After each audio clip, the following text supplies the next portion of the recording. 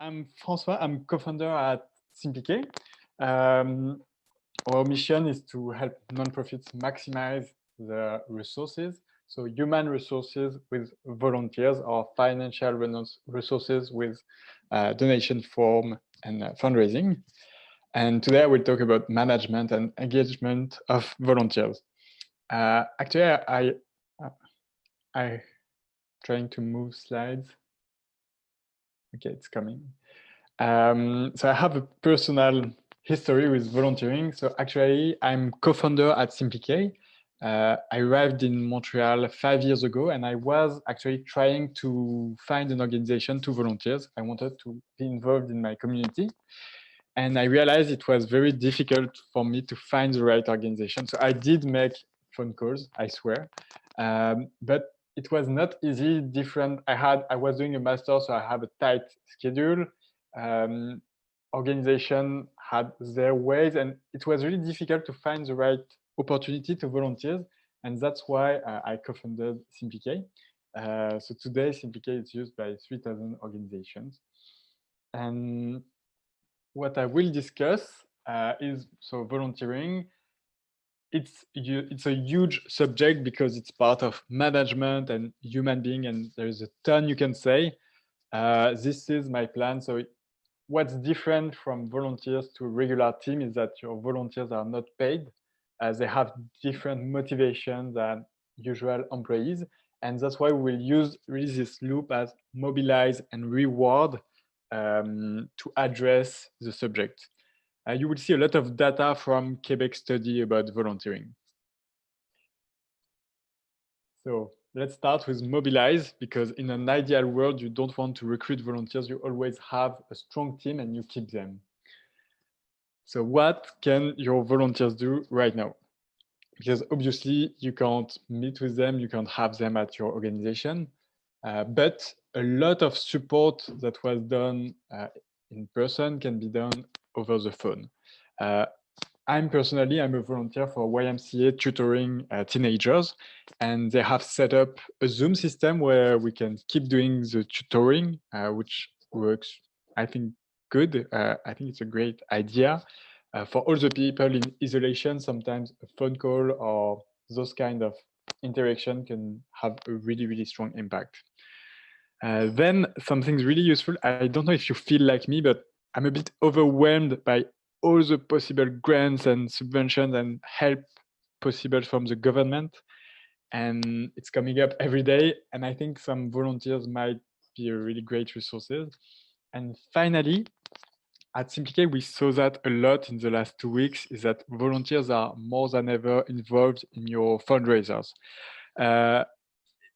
Organizing a fundraiser, a huge part of the work will be related to budget and cost, like finding the venue, finding catering, the food, etc. So it's not great for volunteers because it's not the best to have them involved in the budget of the organization. But know that most of the work for virtual fundraiser in more in ideation, finding the right tool, getting the information on the internet, they can do way more.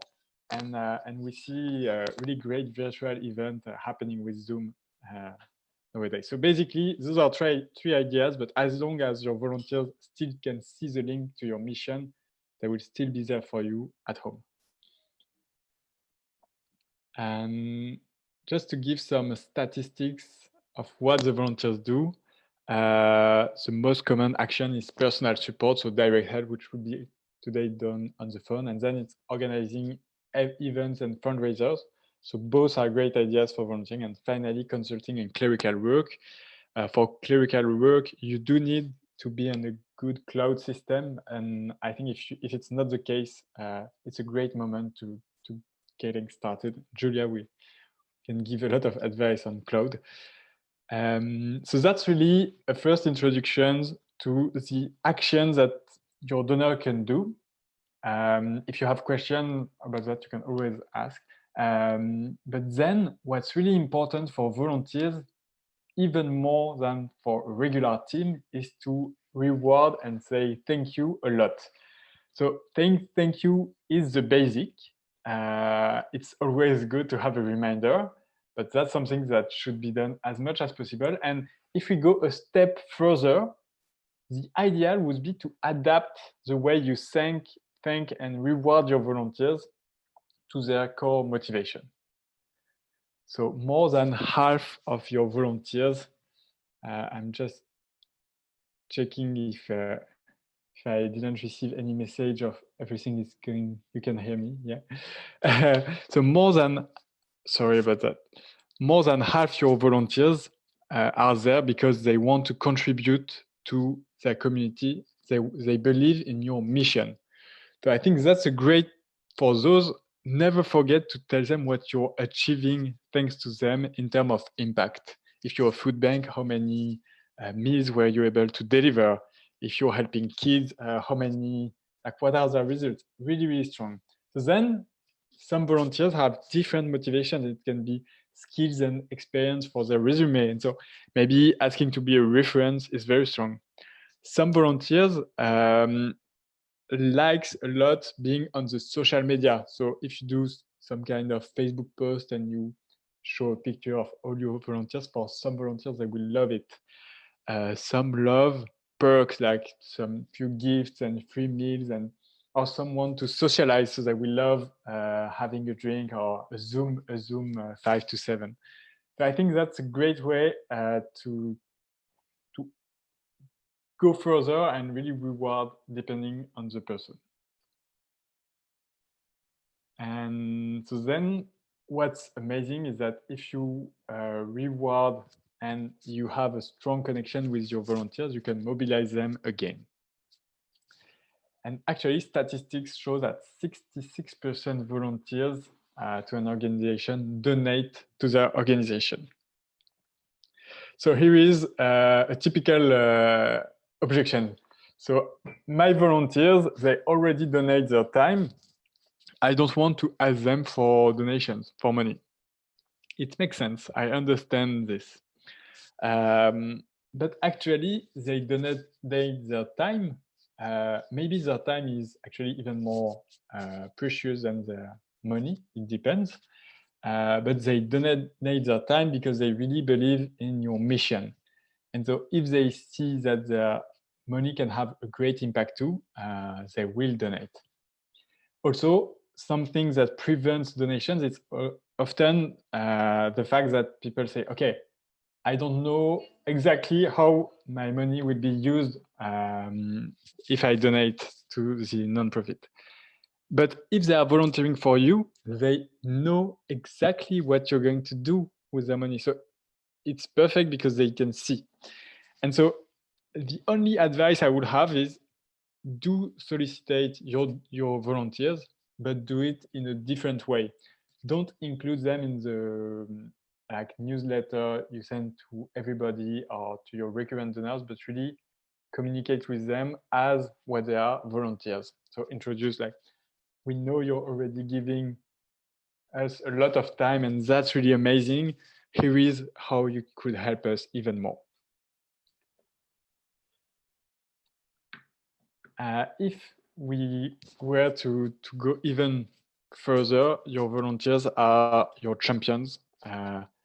They often, if they are really feeling well and they see they have an impact with you, they can introduce you to other volunteers.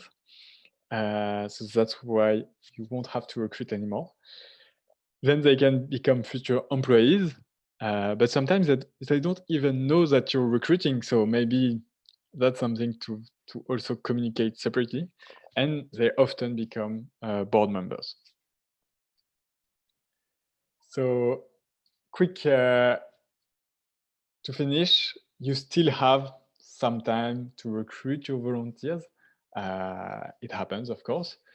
And here are a few tips really quickly. So the first one is to adapt your recruitment channels to your target. So if you want to have young volunteers because you think it's better for your mission or the population you're helping, on SimplyK, we really have a strong community of teenagers and millennials.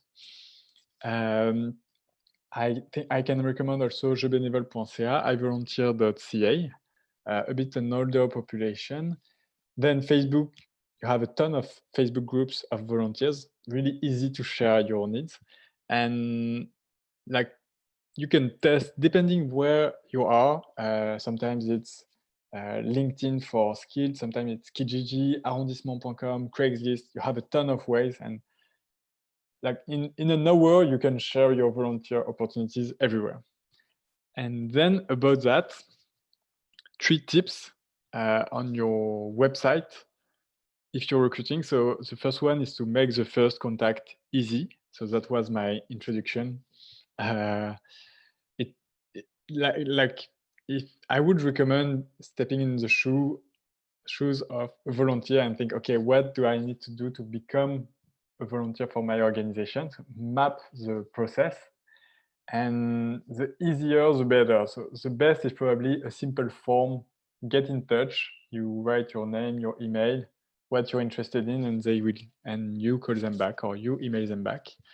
But yeah, the easier, the more volunteers you will get. And then if that's possible, sometimes it's really tough, but as much as possible, I would recommend progressive engagement.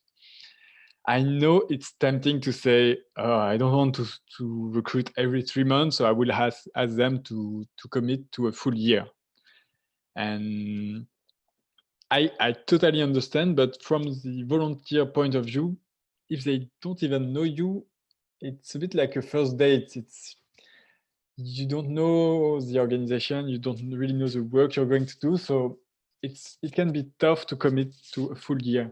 A great way is to think, okay, 3 months engagement, or come once and see, and then your volunteers will stay because you reward them and because you care about them. And so I committed for 3 months at YMCA, and I've been volunteering there for 3 years. So at least it worked for me, and I think that can be useful. And finally, all your organization really have strong and inspiring stories.